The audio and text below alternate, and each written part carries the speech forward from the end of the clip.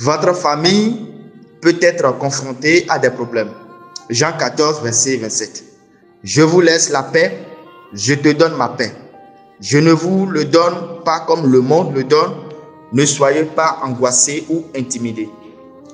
Nous pouvons tirer 3 leçons du test d'aujourd'hui. 1. La paix a ses imitations. Comprimé, passion, musique, yoga. Stratégie de relaxation.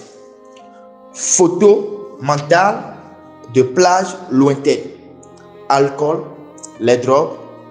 Le monde essaie d'imiter la paix de Dieu et il y parvient. Mais cette solution au problème est temporaire. D'autres tentent d'ignorer leurs problèmes. Mais essayer d'ignorer les problèmes n'est pas une bonne façon de les résoudre.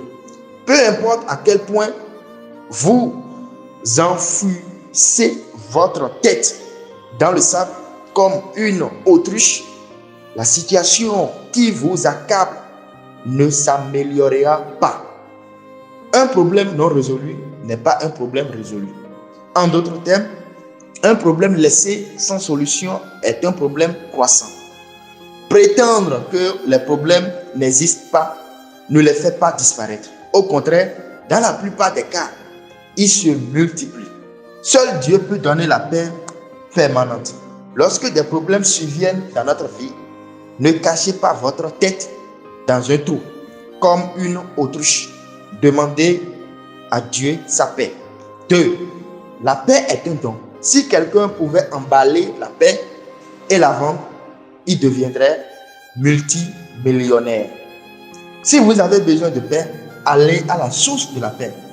Vous n'avez pas besoin d'intermédiaire ni de payer pour cela. Dieu te le donne.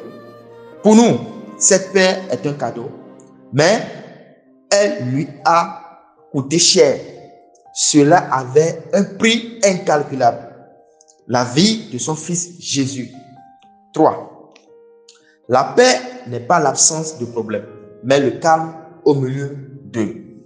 Parfois, Dieu calme la tempête. Dieu calme toujours son fils. Il ne promet pas la paix face à la tempête, mais la paix dans la tempête. Souvent, nous voulons que Dieu élimine de notre famille les choses qui nous causent du stress. Mais Dieu ne le promet pas. Ce qu'il promet, c'est qu'il nous donnera la paix même au milieu des tribulations, de la douleur et de l'angoisse.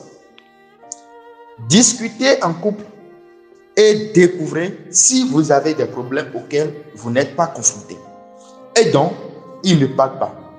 Car en parler leur cause du stress et de l'inquiétude, après l'avoir identifié, donnez-le à Dieu.